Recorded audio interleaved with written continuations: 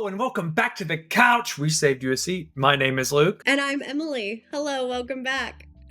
We are covering today A Court of Thorns and Roses, chapters 5-7. Yes, and if you'd like to follow along, you can by clicking the description of this video, buying the book off Amazon. It helps us support the channel and you'll have a copy of your own book. Also, if you want to support the channel, you can join the membership. It's $2 a month. It doesn't get you anything except for good times, and every once in a while we throw up a video a little bit early so you can see it on your own pace. So, are you ready for the recap for chapters 5-7? No one comes to the kitchen couch for that food. Let's hit it. All right. So, chapters 5-7. Feyre gets yanked out of her own wedding by Rhysand, who shows up like the world's most dramatic dude's ex-boyfriend, and drops that legendary "Welcome to the Night Court." Feyre's feral, humiliated, half alive, and still spicy enough to throw a shoe at him. Iconic. Then, chapter 6, we meet Moore, who is basically a walking patch of golden sunshine and an emotional graveyard. Feyre starts learning to read, finally, and Rhys begins training her to shield her mind. And for the first time in months, someone is actually preparing her for danger instead of pretending it doesn't exist. Chapter 7, the stakes explode. Feyre learns there's a full-blown war brewing with Hybern, gets introduced to winnowing, which is equal parts terrifying and thrilling, and when Rhys returns her to the spring court, she's immediately interrogated like a criminal instead of comforted like a partner. The contrast between spring and night, deafening, and Feyre feels it even though she's not quite ready to admit it yet. That's perfect. Let me tell you what I think. Girls love breakfast. It's But wild. I love brunch. What's wrong the with you best. people? It's awesome. Like, I was thinking that this, I'm like, he's like, meet me for breakfast. And I'm just like, it took me a full book and then some to realize, like, I probably should eat more breakfast. Like, girls like that shit.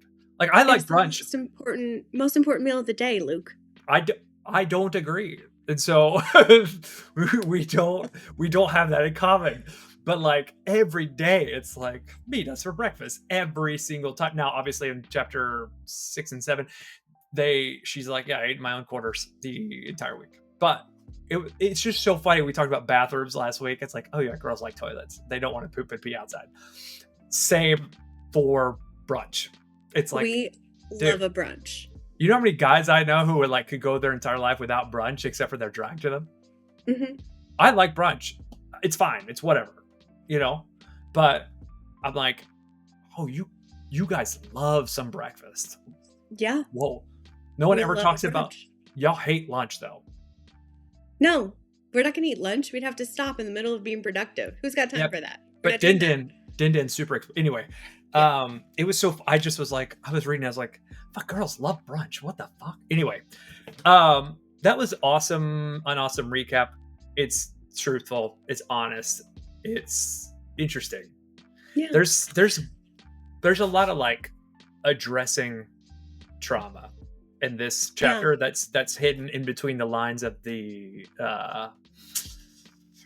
stakes of the book. Yeah. And I love it. I don't want to like interrupt your flow and your thought there, but I did just want to say for people who are maybe like jumping in to this book, just because, I mean, nobody really rereads the first book.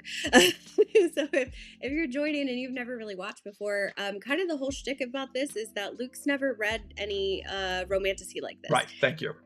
First time he's ever really read this genre of book. This is my preferred genre of book, and Bookworm, I have read quite a lot of this type of genre. So this is the type of conversation we are having in and on the kitchen couch. Let me double down. I'm not much of a reader at all.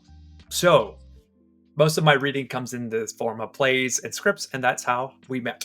Anyway, or that's one of the functions in which we met. Regardless, the way they deal with trauma in this book is fascinating. We talked about the first four chapters about escapism. Mm-hmm. That's less of a function of these 3 chapters, and these chapters are more about like, how do you address trauma? And it's interesting to me because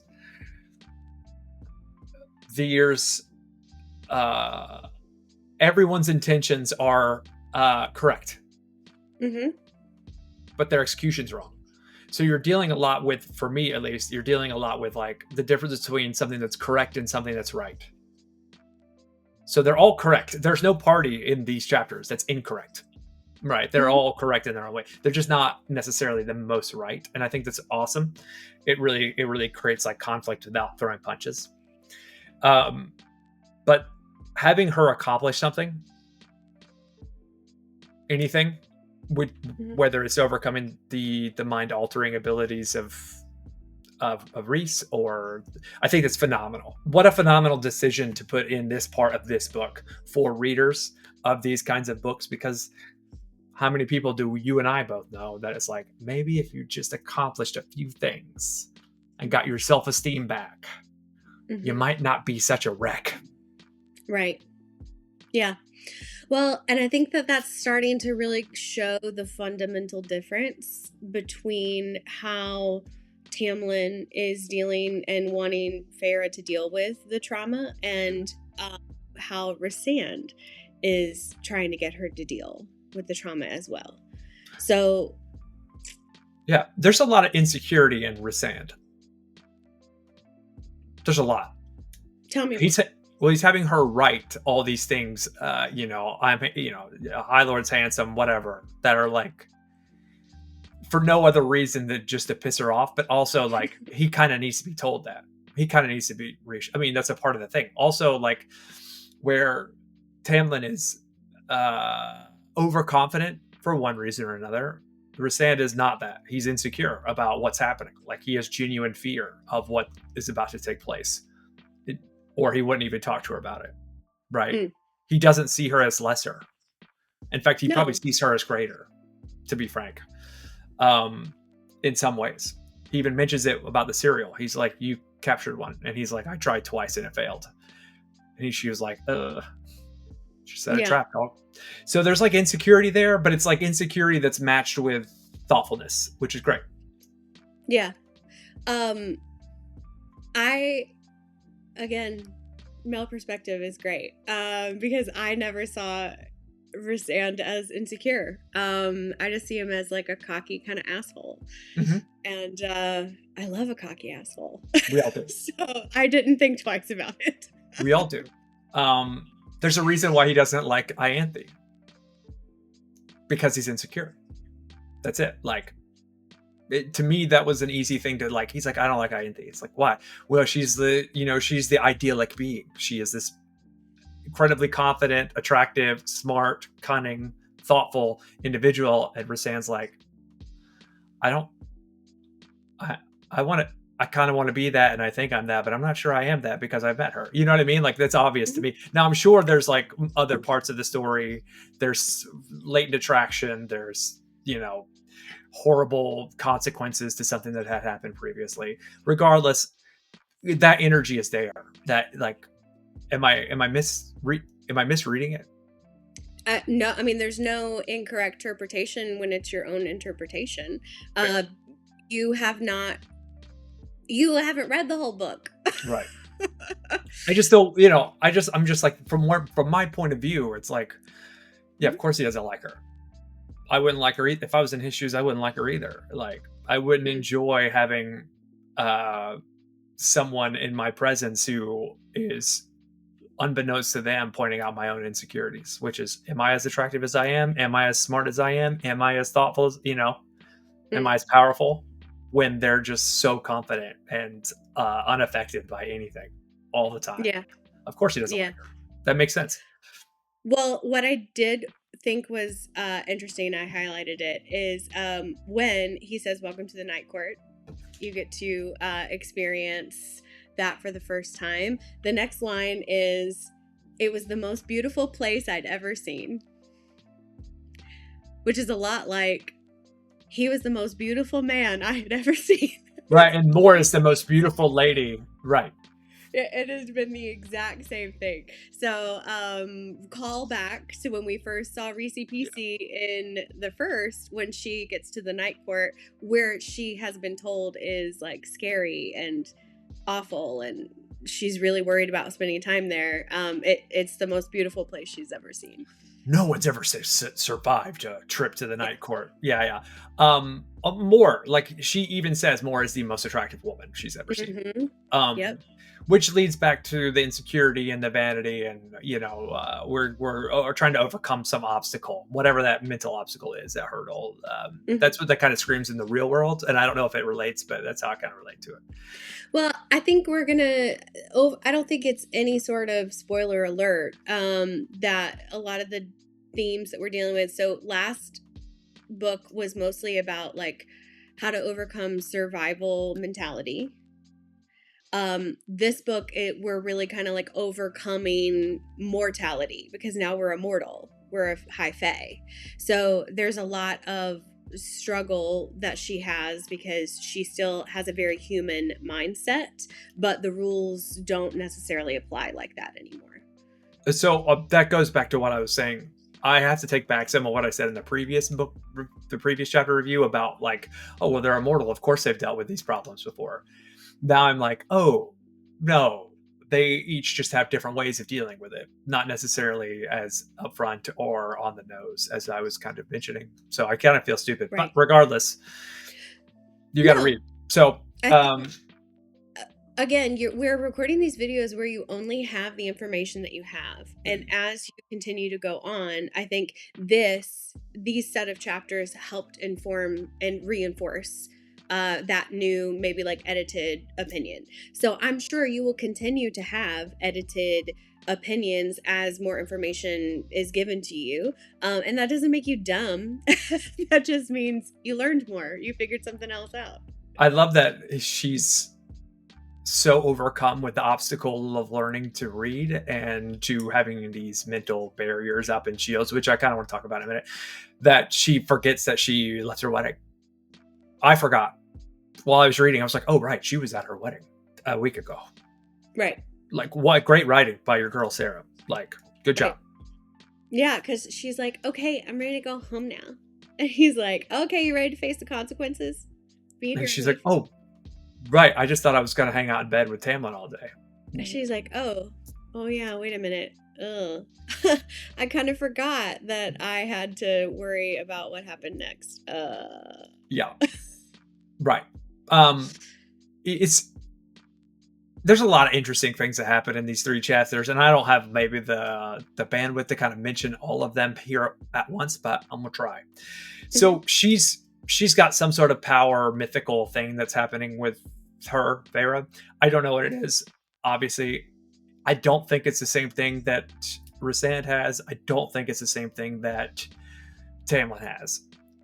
It would be boring for her to develop the same sort of situations that either one of them have. She could have like an amalgamation of all 7, which is kind of what Rhysand was hinting at, but maybe not. It would be cool if I had a prediction, but I honestly, as I was sitting reading, couldn't think of like, oh, what powers can she shoot energy out of her hands like she's Goku? I don't know. But I thought that was a kind of a cool thing. Rhysand being upfront with her about the situation that is facing the rest of the continent and how thoughtful he's being about it. It's interesting. I often think, oh, we under communicate and we over communicate on purpose. Like that's a part of the objective as well, not just what we're communicating. Yeah. Yeah. I think that there's the main difference there is Tamlin sees her as a liability and Rhysand sees her as an asset. Because Rhysand is trying to get her the information she needs because she is going to be, he's assuming, a player in what's happening. And she might be one of the only people with power that actually gives a shit what happens to the human lands. Mm-hmm. So he sees her as an asset and possibly as an ally to be able to manipulate or make something happen in this war. It's all like strategy, right? And then Tamlin on the other side, Timmy Tam, is like, I love her, I just got her back, I don't want anything to happen to her, so I'm gonna wrap her in bubble wrap and not actually let her be a human being. I'm gonna make her a Barbie doll and keep her in the packaging. Right. I mean, he sees her like a child, which sounds like a liability for sure. Maybe not like a child, but yeah, definitely a hindrance. I mean, yeah, liability is the right word. I shouldn't have said what I said. But what I hate the most, I think, is that she still isn't communicating her feelings. And I love that he even brings up her trauma and brings up like what is going to happen to fix it and says it out loud, and she denies it. And it's like, bitch, I'm in your head, dude. What do you mean? Like, this is... He's like, I literally see you vomit every night. Like, I know that you're not okay. Okay? Part of the reason I'm teaching you to put these blocks up is to keep me from having to deal with your shit. Yeah. Yeah. But, Luke, let's pull back the curtain. When I joined you for this conversation today, what happened? Did you vomit? No, you said, hey, how are you doing? I went, I'm fine. Oh, and I was like... You were like, so you're not. Cool. Yeah. We're gonna... Honestly, it's just what we do. It's just, we just gotta move on. Maybe not everybody does that, but... No, the way I deal... The way I address that kind of thing is I just share some of my trauma so you don't feel alone about it. And that way you'll be more open further in the conversation. I do that intentionally. Yeah. Shout out, man. It's not that hard. Just fucking figure it out, bro. As long as they're receptive, just talk to them. Whatever. I actually, after speaking of that, I absolutely hate Tamlin even more now than I did at the end of the first book. Even more right now. Yeah, like... Because you find out that Rhysand fought for the humans, the alliance, the human alliance, in the initial conflict that is plaguing the rest of these books. And you're like, hold on. So this dude and his family fought for the humans. What's happening? Like, why is Tamlin such an asshole? Like, what's... At this point, I'm like, why? Because I know that Rhysand's an asshole. I know. He wears it on his sleeve. I'm like, come on, Tamlin. Like, what's your beef here? What are you beefing about? Is it worth it? Is it worth your time to beef this much over something? Like, we're talking about some petty shit that's lasted hundreds and hundreds of years. What are we doing, bro? Anyway, I can't wait to kind of figure that out, so I'm not so judgmental, but I'm pretty judgmental about it right now. Yeah, there's things you don't know yet. You'll know soon. I love more. I love this character. I like that it's like the antithesis of Ianthe, essentially. She's a cousin similar to Ianthe. She's like the hot cousin, that there's like weird friction between them, and it's like, ooh, your family. I like that their court kind of self-regulates, right? Like, he doesn't lord over them like Tamlin seems to. He kind of just, hey, if you have problems, I'll help, but like, I'm keeping business and pleasure separate. Yeah, he says like so you find out, yes, Amarantha did design Under the Mountain and the Kingdom based on the Night Court, and it is a court that lives under a mountain. and so that's pretty much what you hear. So you assume lots of bad things, and she's like, are you going to take me there? Because I need to prepare myself for that. And he's like, no, I don't even really go there unless I have to, so we're good. He literally has no expectations for her, or at least he shows that in this chapter. Whereas like Tamlin was like, breakfast is at 7. And he's like, oh yeah, after today, like, I got stuff to do. Like, just make sure you're doing your homework here. If you're not, I'll know, obviously. So just do your homework, because I got shit going on. Right. Well, because he doesn't have time. He's not into babysitting. I mean, like, I know he's an asshole, and he enjoys like making fun of her, and like, not making fun of her, but like picking at her, bantering. He enjoys it. I enjoy reading it. Me too. I'm glad he enjoys it. But he's like, no, actually, I am a High Lord, and I do have shit to do. So if you're good, then enjoy and bye. Yeah, but also do your homework. Yeah. Because at the end of the 5th chapter, she's like, what are you going to do with me? He's like, bitch, I'm going to teach you to read. It's literally like the last line. It's not literally the last line, figuratively. It's like, bitch, you going to learn. Bitch, you going to learn. You're going to learn today. Do you know, like, he's like, you know how many thank you notes you got to write? I was like, it's actually my favorite line. Do you know how many thank you notes you go have to write? You're married to the high, come on. Right. That was actually my favorite part, to be honest with you. I love that part. Like, thank you notes, speeches. What do you do? You think you just got to hang out in bed all day and paint? This is real life. I thought that was hilarious. That's how obviously I read differently than everybody.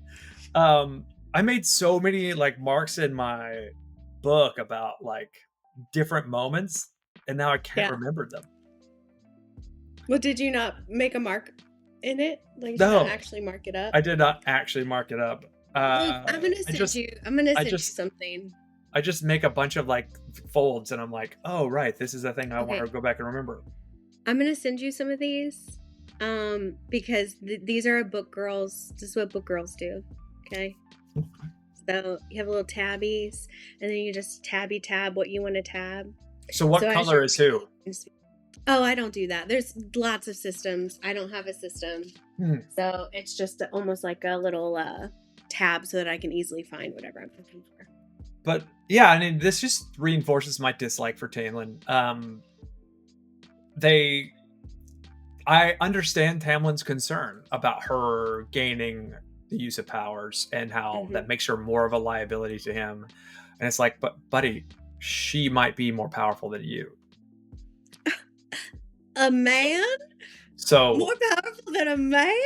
I love that he's like, it would take me centuries to train you on immortal combat, which is hilarious. And Lucian's like, but seriously, we could just train her a little. Like, what if she needs to pull a knife on somebody? Right. Like, what are we, It would take me centuries. Oh, well, okay. But like Rhys taught her how to kind of sort of figure out how to build a shield in a week. Buddy, so Rhys was like, I saw you kill that worm. You know what you're fucking doing. And Tamlin's like, you don't know what you're doing. And it's like, yeah. But I was listening to it this time. I cheated and I was listening because I didn't have time to read with my own eyeballs until the last chapter.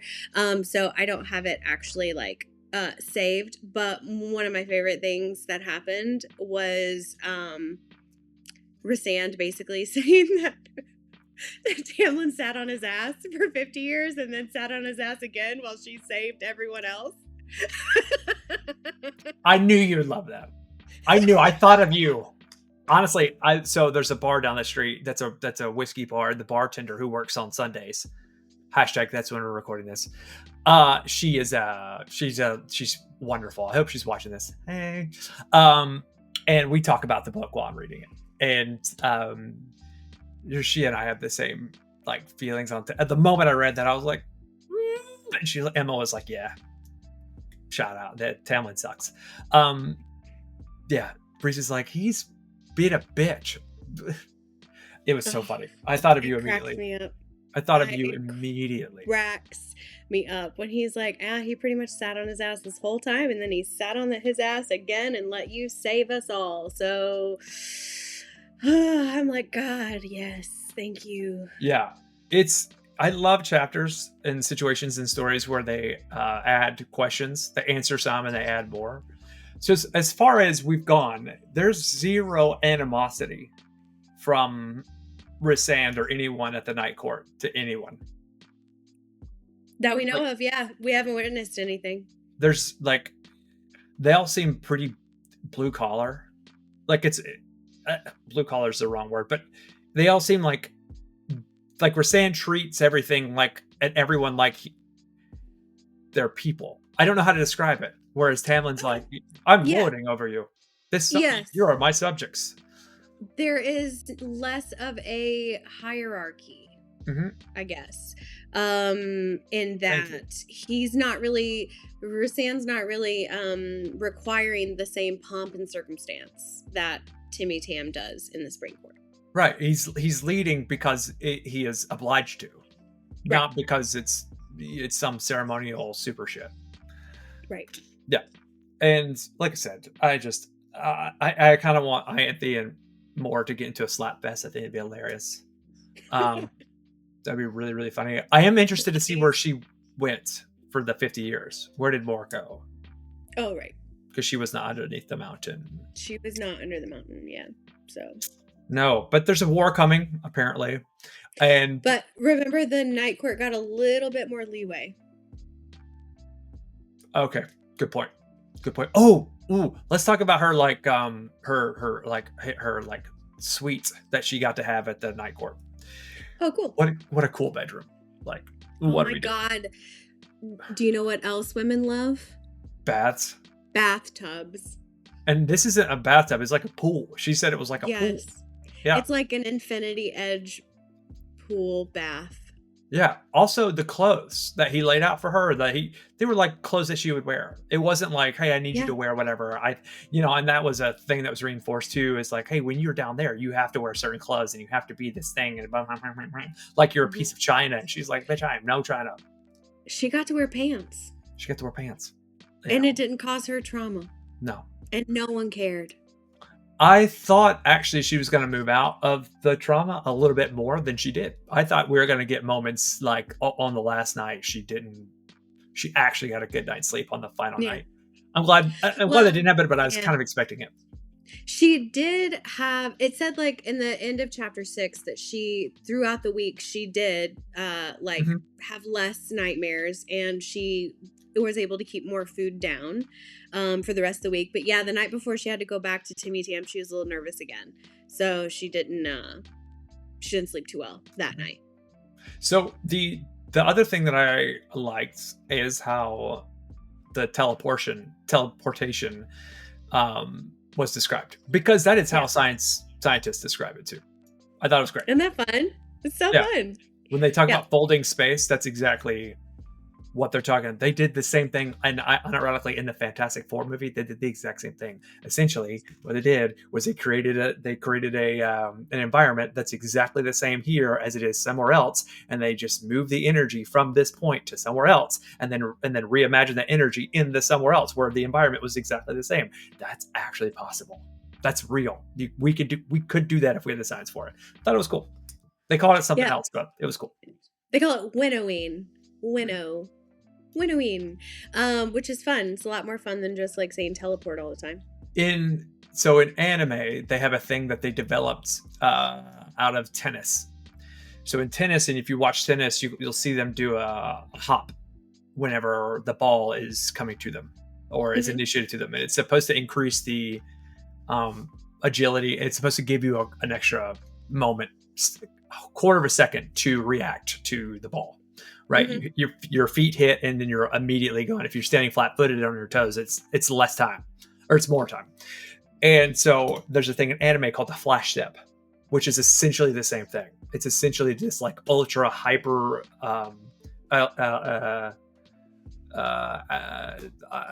I don't know. It's a quick first step to kind of give you an enhancement over your.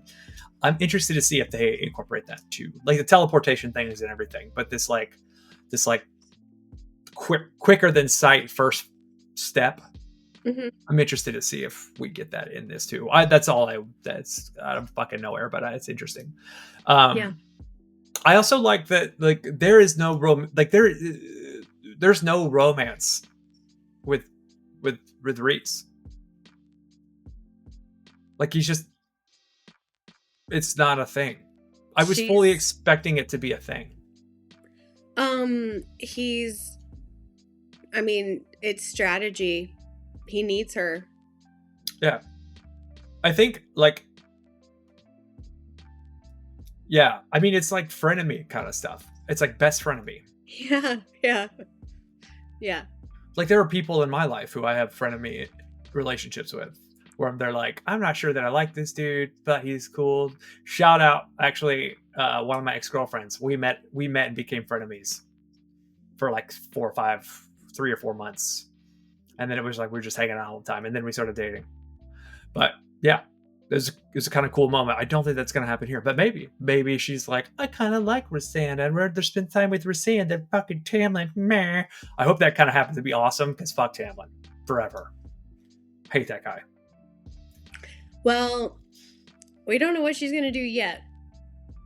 No, the cliffhanger is essentially she's back to being stuck at home. Yeah, well, and the thing about that, so when we were dealing with here right at the end. I mean, he says, I'm not your enemy, Feyre. And she's like, yeah, but you're Tamlin, so I guess you are mine now, too. Mm-hmm. So it's like she doesn't even really hate him. She only hates him because she thinks she has to. Hey, listen, but that kind of support, love that. Love that kind of support. Fucking echo that way, ladies, forever. But yes, go ahead, sorry. stay that loyal. If I hate them, you hate them, okay? Emily, if you hate someone, and I don't think you hate anybody, if you hate someone, I hate them, and I don't even know them. So, just letting you know that. That's friendship. And that's how I feel as well. So just tell me who we hate and I'll hate them together because you're my friend and I love you. Yeah. So I'll go to war for you. That's fine. Okay, so she comes back and she's like thinking that they're gonna get to reunite and it's gonna, the soft music starts playing and she's like, kiss me, let's go, help me forget, because she's right back to like, we're using sex to distract us from things we hate. So she's like ready to bone, and he's like, hold that thought 1 second, I'm gonna need you to have a seat. Hey Lucy, come back on in here. Yeah, I know you left. Good idea to leave, actually, but come back on in here because we need to have a talk. Yeah, we need to just ask you a couple questions if you don't mind. And she's like, okay, what is this? What's this like? And then it turns straight into an interrogation. And more than once, if she tried to push back or ask a clarifying question, it almost immediately became, you're crazy. Like, oh, he's been in your head. Oh, you're crazy. Like the gaslighting that occurs at the end of these chapters as well. Right. Yeah, it reminds me of like, hate. You're not born with hate in your heart. Right. That's what it reminds me of. Like there's a circumstance or many circumstances that caused Tamlin to feel this way. Mm-hmm. Which may or may not be wholly true or accurate. So we'll see what those are. I'm sure they'll come to light at some point. One of my favorite things about Sarah J. Maas in all of her series and all the things that she writes, no one is 100% right. Yeah. No one's 100% right. That makes me sad that Rhys is not 100% right. So that makes me sad when you say that, because I think of him immediately or more and like, okay, what's wrong with that chick? Like, she seemed cool. I love that. Oh, I like that before she left. She was like, I never saw you guys. Like, you were off doing your own bullshit. And he was like, you could have invited more. You could have just said, hey, come hang out with me. And she was like, I didn't know that was okay. And he was like, you're not a prisoner. What? Yet again, how much more do I need to tell you?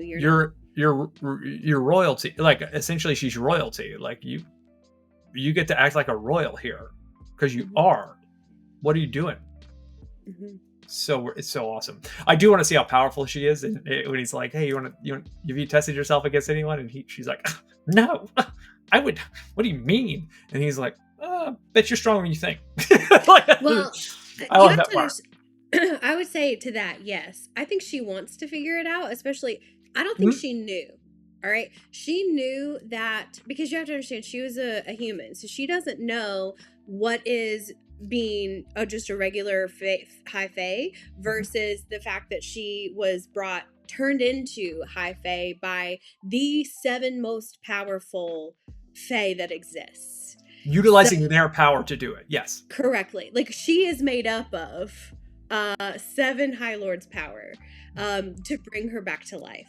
And that has never really happened in any other situation ever. So they don't even know what her powers are. So when you're like, I don't know what her powers are, no one knows what her powers are. Right. And Rhysy Peasy is the only one kind of halfway smart enough to be like, maybe we should look into this. Maybe we should just test her out on a couple different things and see what she can do. It's in an earlier chapter when she's talking to Lucian about going into town, and she was like, we could just run there. Like, it'd take us a minute or two. Like, what are you talking about? And he's like, no. Tamlin would never let me do that.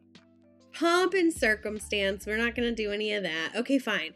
But with all of what we're seeing and everything that's happening, I just don't know that she even quite realizes the difference. I mean, she like bent some silverware again, not really realizing how strong she was. The first couple chapters, she broke 5 glass doors at the spring court. Like, Alice was walking around being like, bitch, just don't touch anything, okay? Yeah. Jesus. So I think she doesn't quite have use of her body yet. She doesn't quite know what she has and what she doesn't. And it's funny. It Rhys reminds me of doesn't either. sorry. It reminds me of like teenage boys when they like suddenly hit a growth spurt and they're like, "Oh, I'm now 6'3", but I'm still 13 years old." Which was me, by the way. That happened to me, and I was just like, "How do I? Oh, I can just jump and touch the top of a door frame? Like what the?" Yeah, you just get goofy and gangly and don't know how to do anything. That's her. It's awesome. I think we glazed over a few things that happened in chapter 7 was a beast. Could have been 2 chapters. Yeah, it was a lot of information. It was awesome. A whole heck of a lot of information. It's my favorite chapter since the worm chapter book 1. So obviously there's more books in this series, so it can't just be about being in love with Timmy Tan. Like, there's got to be a bigger purpose and a bigger story about what's happening. And so chapter 7's when we kind of understand that shit's about to go down that is bigger than anybody has ever imagined. So I'll tell you what I would do if I was the ruler of Hythian, whatever it's called. Prithian? No, the Hybern. Hybern, Okay. Thank you. If I was the ruler of Hybern, I would attack the humans first and see if the Fae follow. The first thing I would do, like, I would not even bother. Like, I would of course bother, but I would put a mechanism in place in order to confuse them while I attack the humans, in order to get to the continent, which is what Rhys thinks the Lord of Hybern is trying to do. Not sure if, like, that's where Rhys is confused, which is cool. So if you were king of Hybern, the first thing you're going to try to do is take down the wall? Yeah. I think that's probably the most vulnerable part of the island, is the wall. That's what I would do. No, I don't know that he's going to do that because, I don't know if he's like Amarantha. I don't know if he's like Rhys. I don't know what this character, if he's some crazy deity like Sauron that we don't know anything about. So who knows? But if it were me tactically, and I know there's already holes in the wall, I would just attack the wall and go attack humans and let the Fae, the High Fae, try to just sort out what they're going to do and if they're going to crumble to the pressure of the Lord of. Anyway, that's what I would do. I don't know if that's going to happen, obviously, but yeah. Well, in an update for. And also, I think this book is going to end on a cliffhanger. You may have told me that, but that's what I think. I think we're going to Empire Strikes Back pretty hard here. I can't confirm or deny anything, but don't. You're going to probably want to continue into book 3 pretty quickly. Okay. But as an update to others that have read and are enjoying this conversation, that have already read the series, the whole series. Again, nothing but the series. Yeah, sorry. Nothing the whole, but nothing but. You're so cute. Thanks. There were some things that was said in this, because again, first time rereading with my eyeballs, and I did reread chapter 7 with my eyeballs. There were some things that I was like, oh shit, she said that here. She said that up here. Okay. And I didn't quite realize. So it's been really exciting to do this reread. Can you no hints? You can't give a hint? Okay. That's okay. But it's like, I have highlighted it in a different color because I was like, fuck. She just straight up said it. Okay. I didn't realize that she had straight up said it. Yeah. Like I said, there were things we didn't talk about. Jeez, I forgot. The warring clan or whatever, these like outrider people who live in the Night Court. We didn't talk about them. Yeah, the we didn't. Illyrians. Yeah, we didn't talk about the Azriel, Asriel, yes. who's obviously a villainous character, and then there was one other. There was one other Azriel and somebody else. Cassian. Yeah, they Azriel and Cassian. Yeah, Cain and Abel. Interested to see where that comes from, because like I said, we know that this isn't the end of the series, and our first in story boss was Amarantha, and now we've got, like, we need to figure out who the end boss of this one is going to be. Not sure who it is going to be. Interested to see. So they did they did kind of say a few other names. Remember I told you we were going to meet a whole lot of other people. The world is expanding. So we name dropped a couple of people that are probably going to be important. We just don't know yet how they fit in and what they mean yet.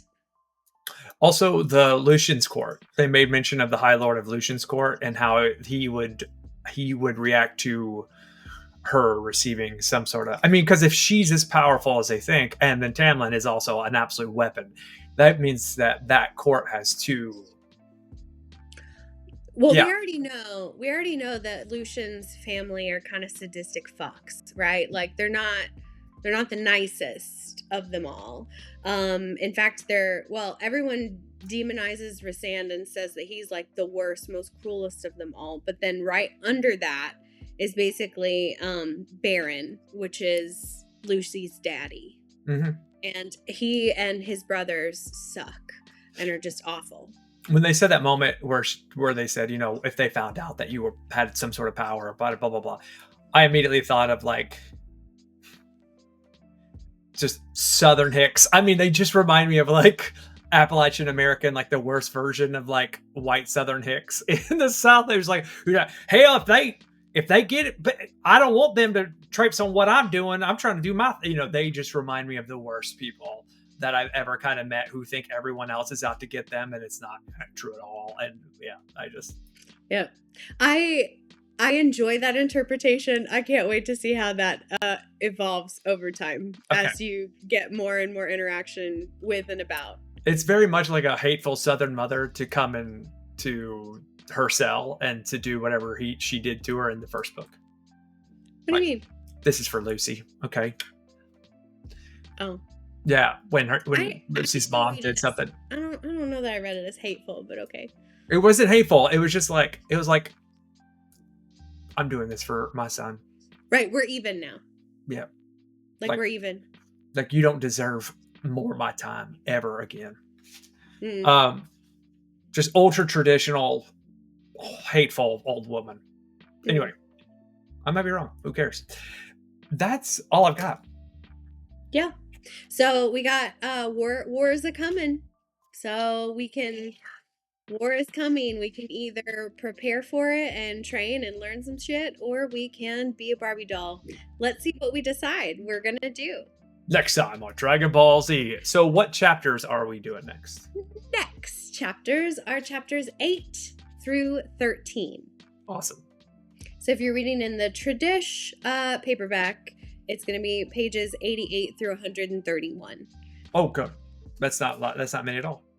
No, we're averaging about 40 something pages, between 40 and 50 pages per episode, and that will likely pretty much continue, give or take a few pages. The first section was appropriate. The second section appropriate. We're at a point where it's like, okay, what's next? Nothing has led us. Yeah. So, So I intentionally went and grouped things together. So we kind of did the catch up and the wedding into the first week at the night court to back home and how that happens.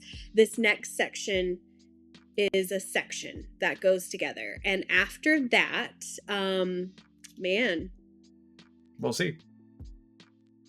Ironically, she goes on spring break, so we just had the spring break moment where she's like, I need a break. I'm gonna go hang out with Rhysand for a minute. My gay BFF. Yep. So I still think he's gay. Actually, I think I brought that up last. Yeah. I was like, I think he's gay. He feels gay to me. We'll see. Yeah, we don't know yet.